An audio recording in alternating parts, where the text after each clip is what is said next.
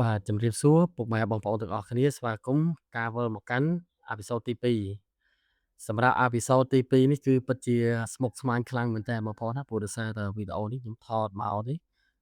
ចូល7ដងហើយខ្ញុំអត់ដឹងថាហេតុអីទេបានថតទៅវាចិត្តតែមានបញ្ហាហើយសង្ឃឹមថាលើកទី8នេះយើងនឹងទៅយ៉ាងរលូនណាបងប្អូនណាបើសិនជាលើកនឹងបញ្ហាទៀតគឺ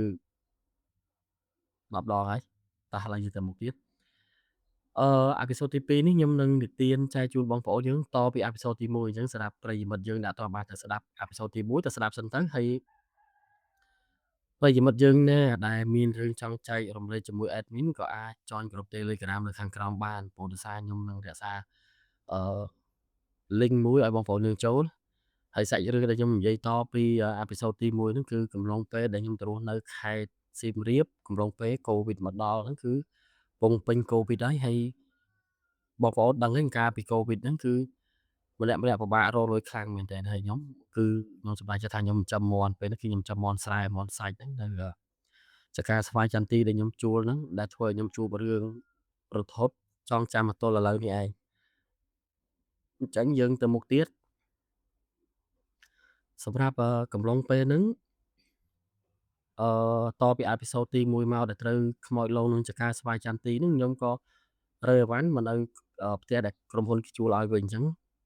សម្រាប់ផ្ទះហ្នឹងគឺបរិវេណវាធំគួរសមដែលយើងអាចចិញ្ចឹមមាន់ចាំអីបានហើយបញ្ជាក់បងប្អូនតិចពេលហ្នឹងគឺ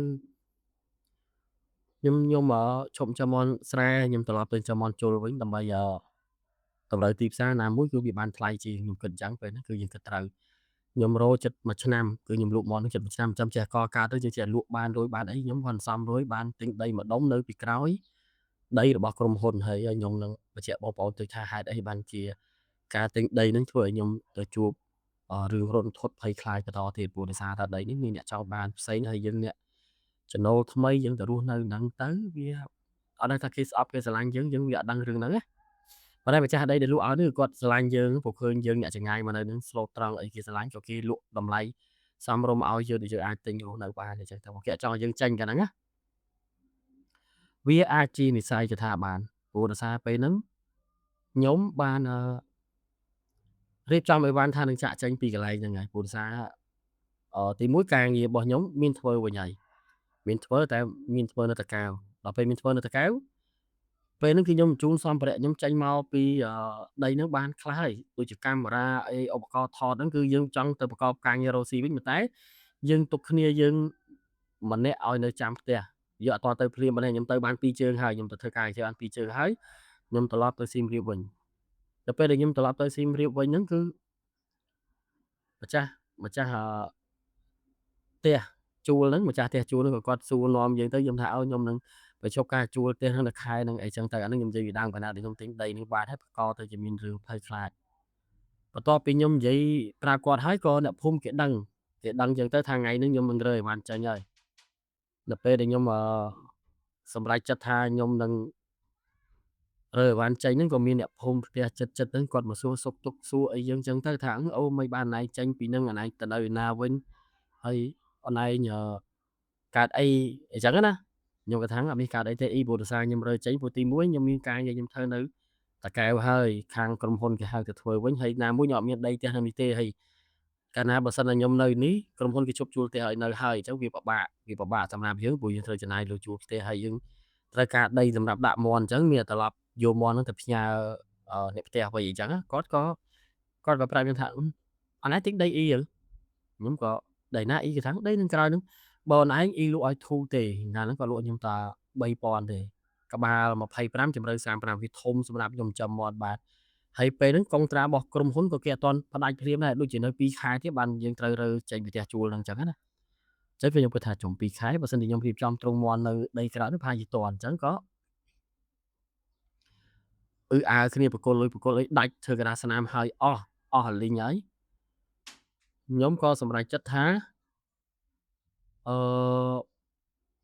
ចាក់ដីចាក់អីដើម្បីធ្វើទ្រុងមាន់ហើយខ្ញុំក៏បានចាក់ដីហើយពេលហ្នឹងចាក់ដីចាក់អីហើយធ្វើទ្រុងមាន់ធ្វើអីបានខ្លះហើយក៏មានកញ្ចុះមួយកញ្ចុះនោះសម្រាប់ដេកលេងអីចឹងទៅយើងមានដាក់សូឡាដៃដើម្បីបំភ្លឺអញ្ចឹងណាពេលវេលាដែលរន្ធត់ក៏បានមកដល់សម្រាប់ខ្ញុំហើយយប់ឡើងម៉ោង8ខ្ញុំចាំច្បាស់គឺម៉ោង8មាន អឺក្រុមការងាររបស់ខ្ញុំដែលនៅមួយខ្ញុំហ្នឹងគាត់ទៅទិញម្ហូបទៅអស់រលីងមុនសល់តែខ្ញុំម្នាក់ឯងទេហើយខ្ញុំក៏អុកសុកខ្ញុំក៏ដើរទៅដេកនឹងដីក្រោយដែលខ្ញុំទិញបានថ្មីៗហ្នឹងហើយទៅដេកលេងនៅក្រោមកញ្ចុះហ្នឹងចងរឹងទៅដេកលេងខ្ទមហ្នឹងដល់ពេលយើងទៅដេកលេងនៅហ្នឹងទៅស្រាប់ពេលហ្នឹងម៉ោង8ហ្នឹងគឺអញ្ចេះបងប្អូនណាគឺខ្ញុំឮសូរសលេងតដោគោហ្នឹងតដោកឈើតដោកបុរាណណាតដោកគោពាក់នឹងកកឥឡូវវាអត់សូវមានទេគឺភាគច្រើនគឺតដោកស្ពាន់តដោកអីចឹងទៅអឺរើតែនោះមិនមែនទេបងប្អូនគឺពេលដែលខ្ញុំឮហ្នឹងគឺគាត់តែឮតដោកហ្នឹងគឺខ្ញុំខ្លាចហ្មងតដោកឈើឮសូរខុកហើយខ្ញុំនិយាយមែនគាត់និយាយព្រឺសបុលសម្រាប់ជើងគោប្រប៉ាន់តម្រៃឮសូរធប់ធប់ធប់ធប់ថាធ្វើឲ្យខ្ញុំបើនិយាយរួមខ្ញុំនិយាយមែនគាត់ខ្ញុំឮសូរសម្រាប់ជើងគឺខ្ញុំដឹងថាបន្ទយគោនឹងហើយអ្វីដែលធ្វើឲ្យខ្ញុំកាន់តែខ្លាចទេបងប្អូនសាកសម័យមើលឆ្កែខ្ញុំពីរអាប្រោនិងអាតូរ៉ូដែលខ្មោចលងជាមួយខ្ញុំកាលនៅចការស្វាយចន្ទទីហ្នឹងឥឡូវហ្នឹងវាបញ្ចេញអាការៈដូចអាពេលដែលនៅចការស្វាយចន្ទទីគឺវាអង្គលមកក្រោមរឹងយើងវាហ៊ានព្រោះវាគិតថាក្រហមអារបៀបឆ្កែរកខាំមនុស្សចឹងវាអង្គលវាក្រហមហើយទៅដល់គោរត់កលឹងជុំវិញព្រំដីយើងតែវាចូលអត់រួចខ្ញុំអត់ដឹងថាហេតុអីបានពេលនេះវាចូលរួចទេចម្ងល់របស់ខ្ញុំវាធ្វើឲ្យខ្ញុំកាន់តែឆ្ងល់ខ្ញុំគិតថាបើសិនជាខ្ញុំអត់ងាកមើលទេឆ្ងល់នោះវាអត់អស់ទៅដល់គោនោះគឺវាមកក្បែរស្ដាំខាងឆ្វេងដៃខ្ញុំនេះព្រោះខ្ញុំដេករឹងមកដល់ក្បែរព្រំលបងហើយវាជន់មែកឈើសូព្រឹបព្រឹបព្រឹបហើយស្មាទោះគឺធំមែនទែនសំឡេងហ្នឹងគឺមិនសត្វតូចទេខ្ញុំប្រមូលភាពក្លាហានរបស់ខ្ញុំហើយឆ្កែខ្ញុំគាត់តែក្រហមខ្ញុំគាត់ថាអាតូរ៉ូអាប្រោខ្ញុំគិតធ្វើអញ្ចឹងបើឲ្យវានៅស្ងៀមអញ្ចឹងកុំឲ្យវាធ្វើអញ្ចឹងខ្ញុំភ័យដែរណាស្រាប់តែពេលដែលវាអង្គលចូលមកឆ្កែខ្ញុំវាអង្គលចូលមកខ្ញុំក៏តាំងចិត្តថាខ្ញុំប្រមូលភាពក្លាហានរបស់ខ្ញុំទៅងាកមើលបងប្អូនដឹងពេលដែលខ្ញុំងាកទៅមើលហ្នឹងគឺខ្ញុំអត់នឹកស្មានទេបងប្អូនថាមកជីវិតខ្ញុំបានឃើញដែលគេថាអំពើគោបាស្នាតេះហ្នឹងគឺបានឃើញផ្ទាល់ភ្នែកខ្លួនឯងគឺគោធំជាងគោបាទេបងប្អូនស្នែងវាឡងដូចស្នែងក្របីហ្នឹងបងប្អូនឡងស្រួចហើយឡងកោងមកមុខមកគួរឲ្យខ្លាចបងសម្រាប់ខ្ញុំអ្វីដែលធ្វើឲ្យខ្ញុំខ្លាចយ៉ាងទៀតគឺខ្លួនវាខ្មៅក្រឹបភ្នែកវាឡើងក្រហមហើយដងខ្លួនវាសុទ្ធតែយ័ន្តហើយយ័ន្តហ្នឹងចេញពណ៌មាសទៀតបងប្អូនណាដែលធ្វើឲ្យយើងមើលឃើញវាច្បាស់ហើយខ្ញុំចង់ស្មានទោះពេលហ្នឹងគឺចង់ដាច់ពោះចង់ឆក់ចង់គាំងចង់សន្លប់បងប្អូនប្រមូលភាពក្លាហានរបស់ខ្លួនឯងងាកមើលវានឹងហើយចង់ដាច់ខ្យល់ងាប់បណ្ដោយក៏មកត្រឹមតែឃើញហ្នឹងហើយគាំងបណ្ដោយហើយគោហ្នឹងនៅពេលដែលយើងឃើញវាឆ្លេឆ្លារត់ចូលហាក់អាតំណោកនេះគាត់ដូចថាវាចង់ចិត្តវាចង់ចូលមកចូលយកឲ្យងាប់ទាំងយើងទាំងឆ្កែហ្មងតែវាចូលអត់រួចខ្ញុំឆ្ងល់ថាពេលនេះគឺវាចូលអត់រួចទេវាចូលមករួចវាព្យាយាមចូលតែវាចូលអត់រួចខ្ញុំបន់អស់ហើយបងប្អូនខ្ញុំដេកបែកញើសហើយទាំងពេលអាកាសធាតុត្រជាក់មែនទេតែខ្ញុំបែកញើសស្រាក់បងប្អូនសាកសម័យអារម្មណ៍ឃើញសេចក្តីស្លាប់នៅពីមុខយើងហើយយើងរត់អត់រួចទេយើងគាំង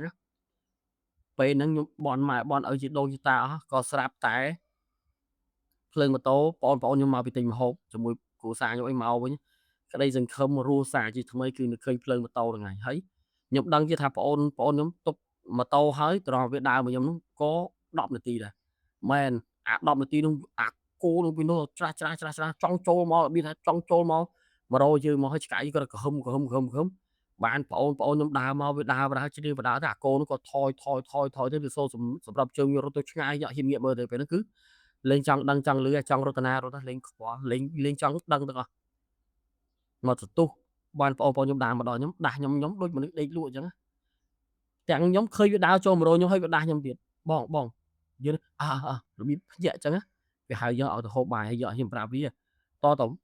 តែដល់ក្នុងផ្ទះហូបបាយហើយស្អែកឡើងបានខ្ញុំប្រាប់បងប្អូនអ្នកដែលធ្វើហ្នឹងអ្នកដែលធ្វើដាក់ខ្ញុំហ្នឹងគឺអ្នកនៅជាប់ព្រំលបងហ្នឹងហើយអ្នកដែលជាប់ព្រំលបងហ្នឹងជាក់ស្ដែងទៀតគឺធ្លាប់ធ្វើអំពើដាក់ឲ្យម្ចាស់ផ្ទះដើមឪពុកអីដែលលក់ដីឲ្យខ្ញុំហ្នឹងឪពុកគាត់ស្លាប់ដោយសារតែគ្រូហ្នឹងគ្រូប្រុសអញ្ចឹងនៅពេលដែលយើងស៊ើបសួរទៅរឿងទាំងអស់ខ្ញុំអត់ទាន់ប្រាប់គេទេប៉ុន្តែអឺខ្ញុំដឹងពីអ៊ំប្រុសម្នាក់ដែលគាត់ប្រាប់ខ្ញុំគាត់ថាម្ចាស់ដីដើមនៅហ្នឹងស្លាប់ដោយសារតែគ្រូហ្នឹងហើយ ខ្ញុំនឹងទុករឿងទៅអេពីសូតទី3ហេតុអីបានសុកអ៊ំនឹងគាត់មកប្រាប់ខ្ញុំហើយហេតុអីបានជាម្ចាស់ផ្ទះដើមបានន័យថាឪពុកអីដែលលក់ដីខ្ញុំស្លាប់ខ្ញុំនឹងប្រាប់បងប្អូននៅអេពីសូតក្រោយអេពីសូតទី3ណាអញ្ចឹងបងប្អូនខមមិនម្នាក់មួយថារឿងនេះមែនតើអរគុណ